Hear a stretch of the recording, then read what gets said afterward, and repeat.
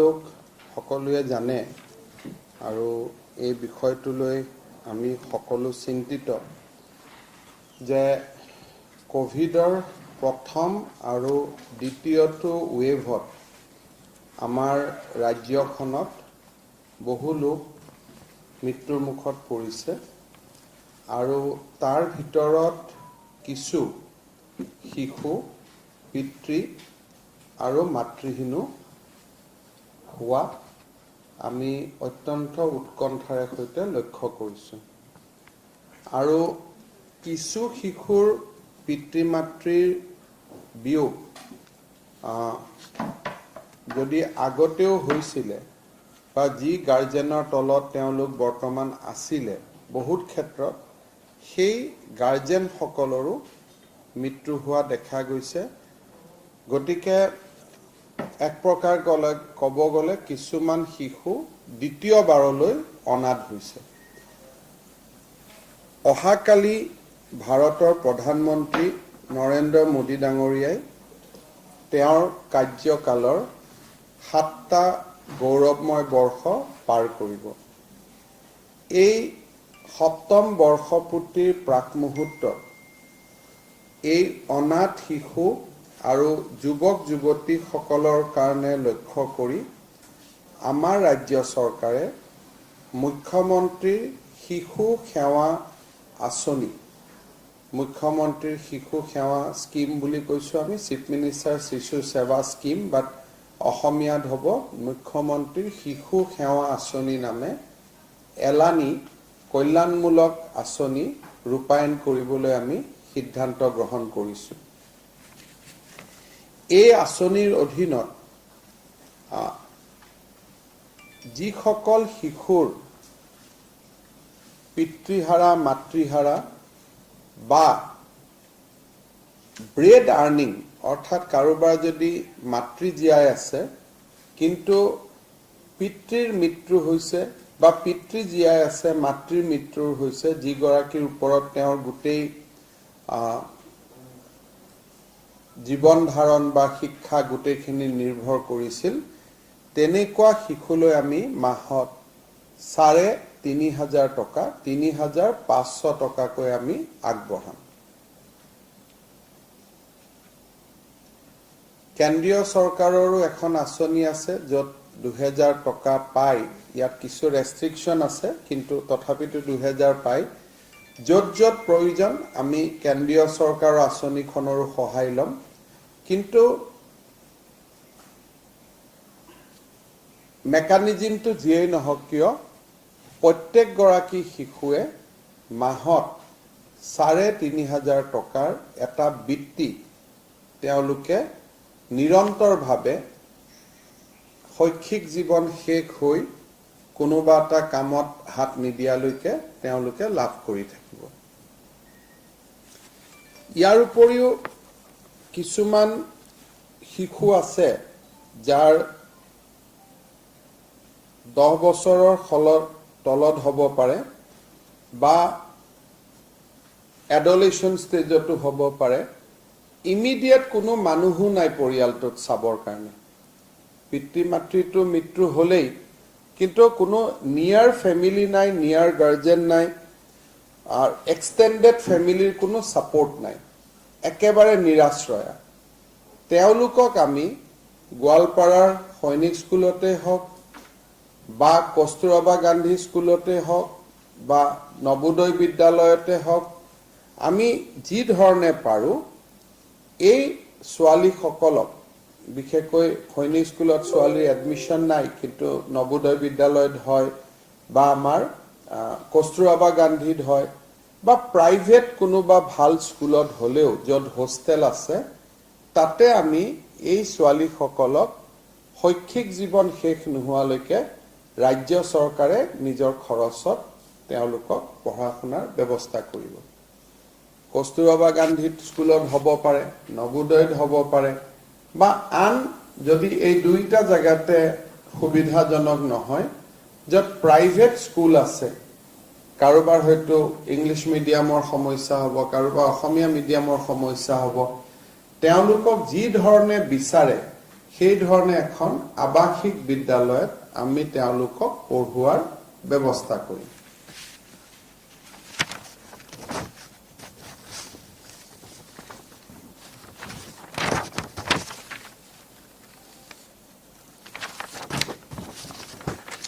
এনেকুৱা কিছুমান ছোৱালী থাকিব বা এই ছোৱালীখিনিয়ে ডাঙৰ হ'ব বা এনেকুৱা কিছুমান ছোৱালী আছে যে আজি স্কুল কলেজত নাই কিন্তু বিয়াৰ সময় হৈছে বা এওঁলোক বিবাহিত পৰ্যায়লৈ যাবগৈ।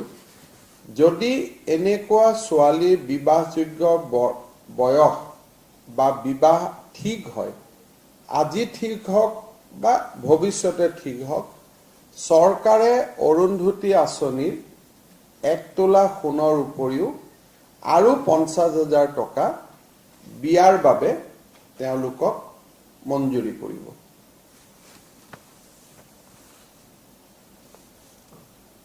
দ্বিতীয়তে আমাৰ পঞ্চমতে যিমানবিলাক এই ঘাট মাউৰা বা মাউৰা হৈ যোৱা ল'ৰা ছোৱালী থাকিব, সকলোকে স্কুলত বা কলেজত পঢ়িবৰ কাৰণে আমি একোটাকৈ লেপটপ দিবৰ বাবে সিদ্ধান্ত লৈছোঁ।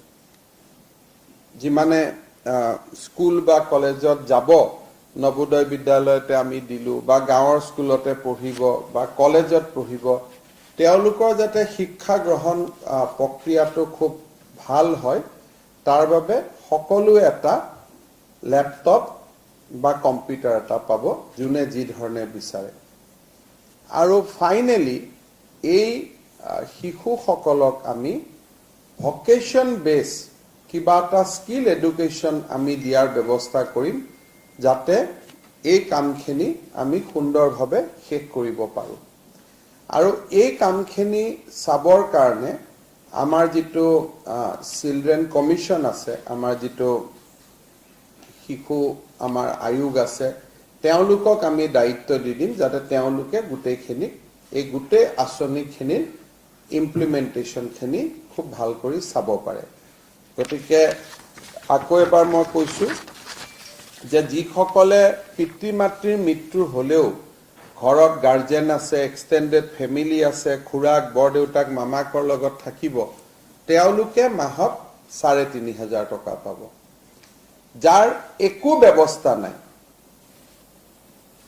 এক্সটেণ্ডেড ফেমিলি ছাপৰ্ট নাই, তেওঁলোকক আমি ৰেচিডেন্সিয়েল স্কুল এখনত পঢ়ুৱাৰ আমি ব্যৱস্থা কৰিম।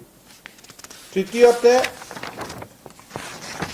এই ছোৱালী যিসকল ছোৱালী আছে এইটো কেটেগৰীত পৰে, বিবাহৰ বয়স হৈছে, তেওঁলোক বিয়া হ'ব আজি বা 5 বছৰ পিছত, তেওঁলোকে 1 তোলা সোণ পাব আৰু 50,000 টকা বিয়াৰ খৰচ পাব। তেওঁলোকক এই ল'ৰা হওক ছোৱালী হওক, তেওঁলোকক এটা আমি ভকেশ্যন বেছ এডুকেশ্যন দিম। কাৰোবাক নাৰ্ছ পঢ়ুৱাম, কাৰোবাক আন ধৰণৰ লেবৰেটৰী টেকনিচিয়ান পঢ়ুৱালোঁ, যোনে লিড টু এমপ্লয়মেণ্ট হ'ব পাৰে, তেনেকুৱা ধৰণৰ আমি এটা কোৰ্চ পঢ়ুৱাম। আৰু ফাইনেলি এই গোটেই ল'ৰা ছোৱালীসকলক স্কুল বা কলেজত যাই ভাল কৰি পঢ়া শুনা কৰাৰ কাৰণে আমি একোটাকৈ কম্পিউটাৰ বা লেপটপ আমি দিম। এইখিনি সামৰি মুখ্যমন্ত্ৰীৰ শিশু সেৱা আঁচনি নামে এখন আঁচনি আমি আৰম্ভ কৰিম অহাকালিৰ পৰা। প্ৰধানমন্ত্ৰী নৰেন্দ্ৰ মোদী ডাঙৰীয়াৰ NDA চৰকাৰৰ 7ম বৰ্ষপূৰ্তিত এই আঁচনিখিনি মই আপোনালোকৰ আগত দাঙি ধৰিছোঁ। অহাকালি দিনটো চৰকাৰৰ ফালৰ পৰা নহয়, ভাৰতীয় জনতা পাৰ্টিৰ তৰফৰ পৰা আমি মোদী ডাঙৰীয়াৰ 7ম বৰ্ষপূৰ্তিত 10,000খন গাঁৱত বা বিভিন্ন অৰ্ফেনেজ হওক, বৃদ্ধাশ্ৰম হওক, এইসমূহক সামৰি সেৱাই সংগঠনৰ কাৰ্যসূচীও আমি আৰম্ভ কৰিম। তাৰ লগত সংগতি ৰাখি এই মুখ্যমন্ত্ৰীৰ শিশু সেৱা আঁচনিখনো আজি আমি আৰম্ভ কৰিব খুজিছোঁ। আপোনালোকে যদি কিবা বুজি পোৱা নাই বা বুজিবলগীয়া কথা আছে মোক সুধিব পাৰে। এই গোটেইখন implement social welfare department, education department তেওঁলোকে জইণ্টলি কৰিব। আৰু আমাৰ যিটো আমাৰ কি বুলি কৈছে চাইল্ড প্ৰটেকশ্যন যিটো আমাৰ আয়োগ আছে তেওঁলোকে এই আঁচনি কেইখন যাতে কৰিছে নে নাই তাৰ তীক্ষ্ণ দৃষ্টি ৰাখিব কাৰণ আজিতো নহয় এখন 5-10 বছৰলৈকে চলি থাকিব কিছু কাম সোশ্যাল ওয়েলফেয়াৰ ডিপাৰ্টমেন্টে কৰিব কিছু কাম এডুকেশনে কৰিব কম্পিউটাৰটো এবাৰত দি দিব সেইটো শেষ হৈ যাব কিন্তু 3500 তো পাই থাকিব লাগিব গতিকে সোশ্যাল ওয়েলফেয়ার ডিপার্টমেন্টে পুঁজিটো দিব চাইল্ড প্ৰটেকশ্যন আয়োগে তাৰ প্ৰতি দৃষ্টি ৰাখিব যেতিয়ালৈকে তেওঁলোকে এটা বৃত্তি গ্ৰহণ কৰাৰ বাবে উপযুক্ত হৈ নুঠে যেনেকে মই কৈছো ছোৱালী হলে একেবাৰে আমি নাৰ্ছ পঢ়ালো মেডিকেল পঢ়ালো ইঞ্জিনিয়াৰিং পঢ়ালো যিমান দূৰলৈকে আমি পঢ়াব পাৰিলো আমি পঢ়ালো এটা সময়ত তেওঁলোক এটা ভোকেশনাল এডুকেশনৰ আমি কথা কৈছো যাতে তেওঁলোকে নিজে উপাৰ্জন কৰিব পৰা হয় বা বিবাহ পাশত আবদ্ধ হয় যিটোৱে হয় বিবাহ পাশত আবদ্ধ হলেও এটা গ্ৰান্ট পালে আৰু তেওঁলোকে ইনকাম কৰিব যোগ্য কৰিব পৰা পৰিবেশটো নহালৈকে চৰকাৰে হয় বিনামূলীয়াকৈ হোষ্টেলত ৰাখিব বা 3500 টকা কৰি মাহত বৃত্তি দিব যদি ঘৰত সাপোৰ্ট সিস্টেম আছে ঘৰতে থাকিব আমি 3500 টকা দিম মাহত আৰু বোলে নহয় মোৰ কোনো নাই তেতিয়ালে আমি তেওঁলোকক পঢ়া শুনোৱাৰ ব্যৱস্থা কৰিম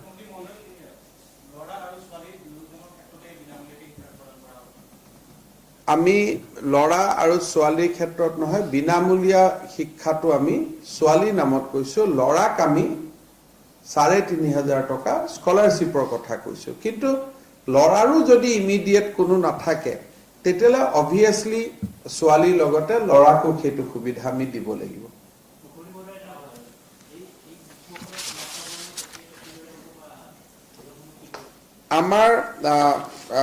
আমাৰ অলৰেডি Actually, আমি স্কিমখনত কৈছো আপোনালোকে পালে চিলড্ৰেন বিলো 10 years বুলি কৈছো চিলড্ৰেন মানে তাত লৰা ছোৱালী নাথাকে খালি এডোলেশন গাৰ্লছৰ ক্ষেত্ৰত যদি যৌৱনপ্ৰাপ্ত যুৱক হয় এটো আঁচনি আমি ৰখা নাই কিন্তু মই ভাবিছো ৰাখি দিয়াই ভাল মই এটো কৰি দিম একেলগে হয় এটো দুইজনকে কৰি দিম এটো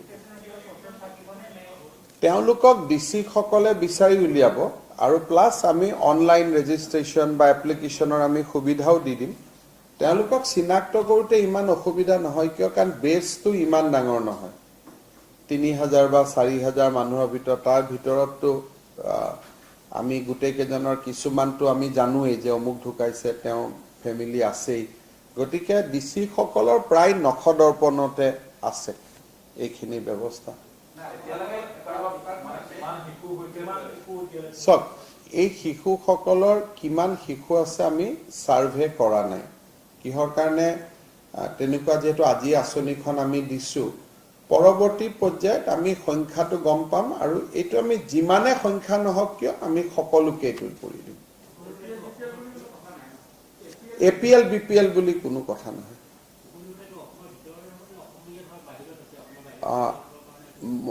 যদি কোনোবা অসমীয়া বা অসমৰ বাসিন্দা বাহিৰতো মৃত্যু মানে অনাথ হৈছে ডেফিনেটলি আমি সুবিধাখিনি দিম খালি কথাটো হ'ল যে দিল্লী স্কুলখনত আমি পঢ়ুৱাৰ সুবিধা কৰি দিব নোৱাৰিম স্কুলখন অসমৰ ভৌগোলিক পৰিসীমাৰ ভিতৰত হ'ব লাগিব কোনো অসুবিধা নাই আমি কৰি দিম এটোত এপিএল বিপিএল গভৰ্নমেন্ট সাৰ্ভেন্ট আমি একো ইয়াত ডিফাৰেন্স ৰাখা নাই it is a scheme for everybody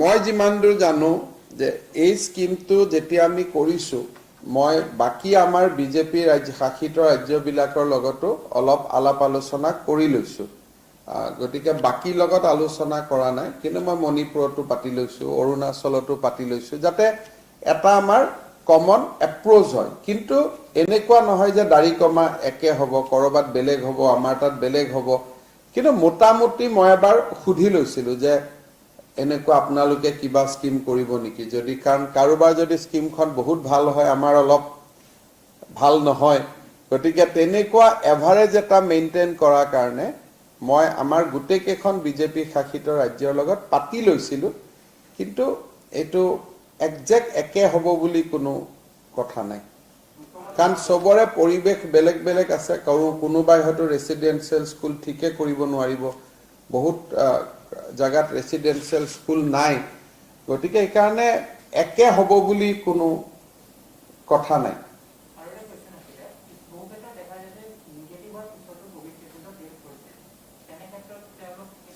সব যদি কোভিড ৰিলেটেড হৈ পিছত ডেড হৈছে আমি সামৰি ল'ব পাৰিম, ইমান এখন স্কিমত ইমান ধৰা বন্ধা কথা একো নাই। পোষ্ট কোভিড ডেথো যদি 3 মাহ 4 মাহৰ ভিতৰত হৈছে বা আমি এটা টাইম দি দিব পাৰিম যে 6 মাহৰ ভিতৰত হৈছে যদি পাব।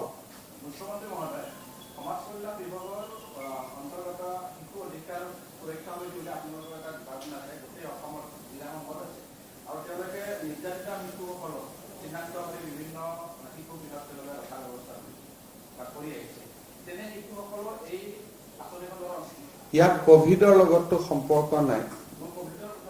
আমি আজিৰ গোটেই আলোচনাটো কোভিড-19ৰ সম্পৰ্কীয়হে আলোচনা, বাকী আন আলোচনা আমি ইয়াত অনা নাই। যদি তেনেকুৱা কিবা কৰিবলগীয়া কাম আছে ডিপাৰ্টমেণ্টে ৰেগুলাৰলি চাব, কিন্তু আজিৰ এই আঁচনিখন only related to the COVID-19.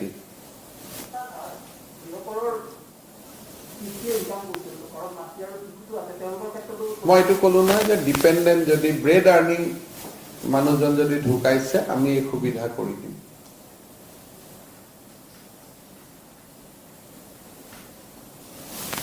মই এবাৰ গাই দিওঁ গোটেইখিনি আৰু এবাৰ, যাতে চামাৰি হৈ যায়। যিসকল শিশু অনাথ হ'ল বা উপাৰ্জনকাৰী পিতৃৰ মৃত্যু হ'ল, ব্ৰেড আৰ্নিং মুখ্য ব্যক্তিজনৰ যদি মৃত্যু হ'ল, তেতিয়াহ'লে আমি তেখেতসকললৈকে শিশুসকলক মাহত 3,500 টকা দিয়াৰ ব্যৱস্থা কৰিম। আৰু সেইটো যেতিয়ালৈকে তেখেতসকল বৃত্তিমূলক শিক্ষা বা আন ধৰণে নিয়োগ পাব পৰা এটা পৰ্যায়লৈকে নাযায়গৈ। দ্বিতীয়তে, যিসকল শিশু বা চেমনীয়া ছোৱালী বা ল'ৰা পিতৃৰ মৃত্যু হৈছে কিন্তু ঘৰতো থাকিবলগীয়া আজি আৰু অৱস্থা নাই, খুৰাক নাই, মামাক নাই, ইমিডিয়েট যাৰ ৰিলেটিভ নাই, তেওঁলোকক আমি 3,500 টকাটো নিদিওঁ। তেওঁলোকক আমি পোনে পোনে কোনোবা এটা ভাল শিক্ষানুষ্ঠান এখনৰ হোষ্টেলত ৰাখি পঢ়ুৱাৰ আমি ব্যৱস্থা কৰিম। 3 নম্বৰ, যদি ছোৱালী হয়, ছোৱালীজনী বিবাহ উপযুক্ত বয়স হলে তাই বিয়াৰ বাবে 1 তোলা সোণ আৰু 50,000 টকাও চৰকাৰে যোগান ধৰিব। 3,500 টকাৰ উপৰিও বা হোষ্টেলত থকাৰ উপৰিও প্ৰত্যেক এনে শিশুকে একোটাকৈ কম্পিউটাৰ বা লেপটপ দিয়া হ'ব। পঞ্চমতে বা ষষ্ঠত প্ৰত্যেক গৰাকী শিশুকে এটা ভোকেশ্যনেল এডুকেশ্যন চৰকাৰে নিজৰ কষ্টত দিব। নাৰ্ছিং হ'ব পাৰে, মেডিকেল হ'ব পাৰে, ইঞ্জিনিয়াৰিং হ'ব পাৰে, কম্পিউটাৰ হ'ব পাৰে, আমি এটা নিজৰ কষ্টত দিম, যাতে সেই ছোৱালীগৰাকীয়ে বা ল'ৰাটোৱে কিবা এটা উপাৰ্জন কৰাৰ সক্ষম হৈ উঠে। গতিকে A to Z গোটেইখিনি সামৰি এই আঁচনিখন ঘোষণা কৰা হৈছে, আৰু এই আঁচনিখনৰ নাম মুখ্যমন্ত্ৰী শিশু সেৱা আঁচনি হিচাপে পৰিচিত হ'ব। হ'ব? কওকচোন। মই খুব মনেদি আশা কৰিছোঁ যে 7 জুনলৈ কোভিড পৰিৱেশে কিছু খাম কাটিব। গতিকে 5 জুনলৈকে বৰ্তমানৰ আমাৰ ৰেষ্ট্ৰিকশ্যনখিনি আছে। 5 তাৰিখে আমি এই বিষয়ে যদি কিবা ৰিলুক কৰিব পৰা পজিশ্যন আহে, 5 তাৰিখেহে আপোনালোকে গম পাব। কিন্তু মই ভাবোঁ যে সামান্য আনলক প্ৰক্ৰিয়া 7 তাৰিখে হ'ব পাৰে, কিন্তু কমপ্লিট আনলক প্ৰক্ৰিয়া বা খুব দেখাকৈ আনলক প্ৰক্ৰিয়া 15 জুনৰ আগত অসমত সম্ভৱ হ'ব বুলি মই ভবা নাই। কিন্তু মৃত্যুৰ সংখ্যাটো মই এইটোকে কৈছো যে প্ৰথম যেতিয়া কোভিড হয় কেছ ধৰাত পৰিলেও মানুহৰ মৃত্যু নহয়। এটা মৃত্যুটো মেচিউৰ্ড হ'বৰ কাৰণে 7 দিন লাগে। প্ৰথম সময়ত কোভিড বাঢ়িছে কিন্তু মৃত্যু নাবাঢ়ে। শেষৰ ফালে মৃত্যু বাঢ়ে, সংখ্যাটো কমে। কাৰণ হস্পিটালত বহুত পেচেণ্টে ষ্ট্ৰাগল কৰি থাকে 10 দিন 15 দিন এনেকুৱা ধৰণৰ। কিন্তু কেছ যেতিয়া এবছলিউট নাম্বাৰত কমি যাব তেতিয়া ডেফিনেটলি মৃত্যুৰ সংখ্যাটো লাহে লাহে কমি যাব। আৰু মই ভাবো যে মৃত্যুৰ সংখ্যাটো 2 এদিনৰ ভিতৰতে মেবি আনাদাৰ 5 to 6 ডেইজৰ পৰা আপোনালোকে এটা নিম্নগামী হোৱা দেখা পাব। ভেকচিনৰ নাটনি বুলি মই ঠিক নকওঁ। আমি 1 লাখ ভেকচিন প্ৰতিদিনে দিয়াৰ আমাৰ ক্ষমতা আছে। কিন্তু গোটেইখিনি ভেকচিন চাই মিলি পৰিৱেশত এতিয়া আমি 60,000 পাৰ ডে দি আছো। আৰু অসমত 40 লাখ ভেকচিন আমি প্ৰথম বা দ্বিতীয় ড'জ দিয়া ব্যক্তিয়ে 40 লাখ ক্ৰছ কৰিলে। গুৱাহাটী মহানগৰীত 12 লাখ ব্যক্তিৰ ভিতৰত 5 লাখ লোকে ইতিমধ্যে ভেকচিন পালে। গতিকে মই ভাবো যে আৰু অনাগত খুব 15-20 দিনৰ ভিতৰত আমাৰ এই সংখ্যাটো আৰু বাঢ়িব। ভাৰত চৰকাৰে আমাক জনোৱা মতে মে আৰু জুনত, মে মাহত প্ৰায় 7 কোটি ভেকচিন উৎপাদন হৈছে। জুনত 8-9 কোটি হ'ব। কিন্তু জুলাইত ভেকচিনৰ উৎপাদন দুগুণ হৈ যাব। গতিকে মই ভাবো যে ভেকচিনটো খুব ইণ্টেনচিফাই হ'ব জুনৰ শেষৰ ফালৰ পৰা জুলাই মাহত। আৰু ডিচেম্বৰৰ ভিতৰত ভাৰতৰ প্ৰতিজন লোকে 2টাকৈ ড'জ ভেকচিন পাই যাব।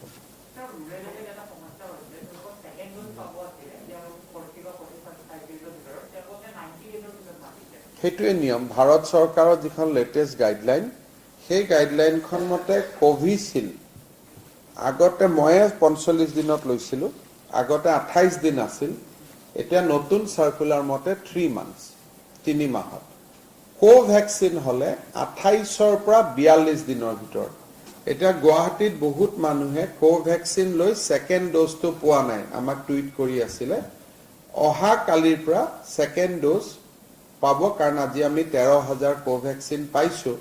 গতিকে ছেকেণ্ড ড'জটো পোৱাৰ সংখ্যাটো বাঢ়িব। কিন্তু মানুহে 28 দিনটো গন্তি কৰি ছেকেণ্ড ড'জ বিচাৰি আছে। আচলতে টাইম স্পানটো হৈছে 28 to 42 ডেইজ। তাৰ ভিতৰত ল'লেই হয়।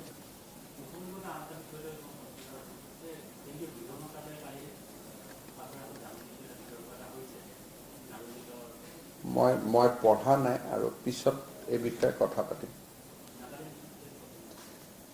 নাগালেণ্ডৰ মুখ্যমন্ত্ৰী ডাঙৰীয়াই মোক চিঠি এখন লিখিছে আৰু তাৰ উত্তৰটো মই কালি দিম।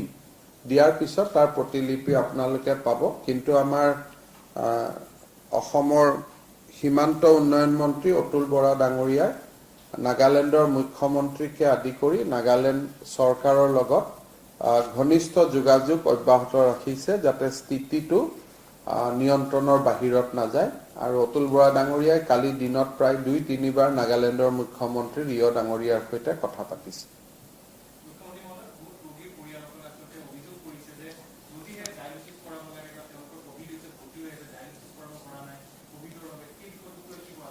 চাওক, আমাৰ মেডিকেল কলেজ কেইখনতো ডায়েলিচিছ হৈ আছে। মইতো নিজেও গৈছোঁ, দেখিছোঁ। আৰু খালি এটাই কথা যে ডিষ্ট্ৰিক্ট হস্পিটেলত ডায়েলিচিছ কৰিবৰ কাৰণে তেনেকুৱা আমাৰ সুবিধা নাই। এতিয়া অলপ আমি কৈছোঁ যে য'ত য'ত পাৰে, কিন্তু মেডিকেল কলেজ 6খনত সেই সমস্যা হোৱা নাই। আৰু আমি 3 তাৰিখে এইকেইদিন আমাৰ কমিটিখনক মই কাম কৰিব দিছোঁ। 3 তাৰিখে আমি ব্যক্তিগত খণ্ডৰ হস্পিটেলৰ ৰেটবিলাক ফিক্স কৰি দিম। কালি আমি কমিটি এখন কৰি দিছোঁ। 3 দিন মই সময় দিছোঁ ৰিপৰ্টটো দিয়াৰ কাৰণে। গতিকে যোৱাকালি কমিটিখন হৈছে, তেওঁলোকে কাম আৰম্ভ কৰিছে। 2 তাৰিখে তেওঁলোকে ৰিপৰ্ট দিব আৰু আমি 3 তাৰিখৰ পৰা কাৰ্যকৰী হোৱাকৈ বা 4 তাৰিখ যি মই অহাকালি মই দিল্লীত যাম, ঘূৰি আহিয়ে অলপমান কেবিনেটৰ লগত কথা পাতি পেলাই আমি প্ৰাইভেট হস্পিটেলৰ নিৰিখটো নিয়ন্ত্ৰণ কৰি দিম। ব্যক্তিগত খণ্ডৰ যিসমূহ চিকিৎসালয় আছে তেওঁলোকৰ এনেকুৱা এটা অভিযোগ পোৱা গৈছে বা দিয়া হৈছে হিন্দু মুছলমানক লৈ যে হিন্দু সম্প্ৰদায়ৰ এগৰাকী ব্যক্তিৰ মৃতদেহ মুছলমানসকলক ঘটাই দিয়ে। চব এটা কথা মই ক'ব নালাগে, কথাটো হ'ল যে প্ৰাইভেট হস্পিটেলত মানুহ গ'লে হাৰাশাস্তিৰ সন্মুখীন হয়। সেইকাৰণে যোৱাবাৰ আমি প্ৰাইভেট হস্পিটেলত যোৱাটো বন্ধ কৰি ৰাখিছিলোঁ। এইটো ৰাইজৰ বিপুল দাবীতহে প্ৰাইভেট হস্পিটেল খুলি দিবলগীয়া হ'ল। আমাৰ বিপদটো সেইখিনিতে। আমি কৈছোঁ প্ৰাইভেটত নাযাব, কাৰণ তেওঁলোকে লুকাই চুৰ কৰি ক'ত কি কৰি থাকে বুজি পোৱা টান। এতিয়া অহা বিশেষকৈ 8 জুনৰ পিছত গুৱাহাটীততো আমাৰ GMCটো হৈ যাব 200 ICU, DRDOৰ হস্পিটেলো ৰেডি হৈ যাব। প্ৰাইভেট হস্পিটেলততো যোৱাৰ প্ৰয়োজন নাই। তেওঁলোকে কিয় যায়? ইঞ্চুৰেঞ্চ আছে, নহ'লে ONGC অইল ইণ্ডিয়াই হয়তো ৰিইম্বাৰ্চমেণ্ট কৰে বা কোম্পানীৰ স্কিম আছে, তেওঁলোক ঠিক আছে। কিন্তু যাৰ একো নাই তেওঁলোক প্ৰাইভেট হস্পিটেলত যাব নালাগে, কাৰণ GMCত যিমান মেডিচিন আছে প্ৰাইভেটত নাই। যোৱাকালি আমি এটা দৰৱ দিছোঁ আমাৰ প্ৰাক্তন আমগুৰি সমষ্টিৰ বিধায়ক প্ৰদীপ হাজৰিকা ডাঙৰীয়া, যিটো ট্ৰাম্পে লৈছিলে, এইটো মানে এণ্টিবডি ককটেইল বুলি কয়। চ' যিটো আপোনালোকে জানে যে ট্ৰাম্পে লৈ যিটো 3 দিনত ভাল হৈ গৈছিল, আৰু তেনেকুৱা ধৰণৰ মেডিচিনো GMCত বিভিন্ন চ'ৰ্চৰ পৰা ডনেশ্যন হিচাপে আহি আছে, বহুত হাই কষ্ট মেডিচিন।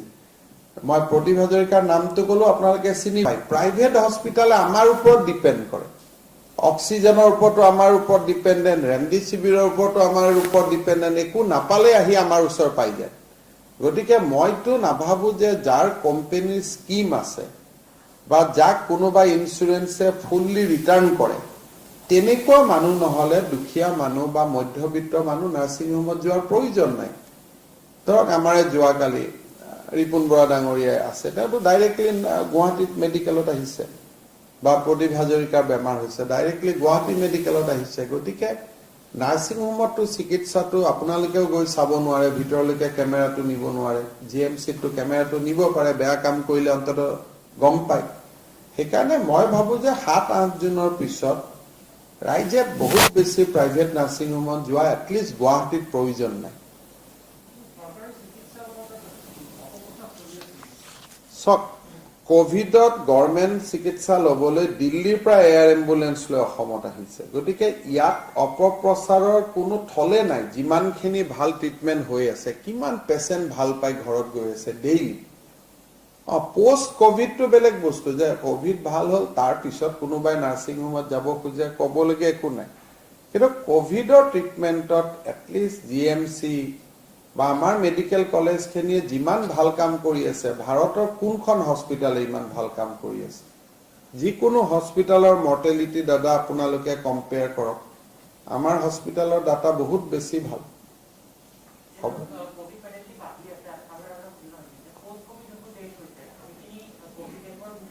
সেইখিনি নপৰে। কোভিড নিগেটিভ হৈ যোৱাৰ পিছত আৰু তেওঁলোক কোভিড ডেথত ইনক্লুড নহয়।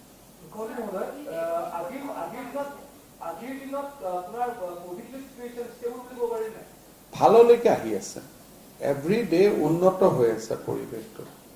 আপোনালোকেতো আমাৰ টুইটবিলাক চায়ে থাকে, যেনেকে গুৱাহাটীত এতিয়া আপোনাৰ মনত আছে 1600 হৈছিলে, 1600ৰ পৰা 500 হ'ল, 1100 কমিলে। গতিকে ডেফিনেটলি ইম্প্ৰুভিং বুলি ক'ব লাগিব। অসমত 6500 আছিলে, যোৱাকালি 5400 কিমান। গতিকে 1000 অসমত কমিছে। সেইকাৰণে মই ভাবোঁ যে কোভিডৰ পৰিস্থিতি উন্নত হৈছে, কিন্তু 7 জুনৰ আগত আমি ডাইৰেক্টলি ক'ব নোৱাৰোঁ। পজিটিভিটি 4.5%লৈকে নামিছে, কিন্তু 2-3 ভিতৰত সোমালেহে ক'ব পাৰিম যে এইটো নিয়ন্ত্ৰণত আহিছে।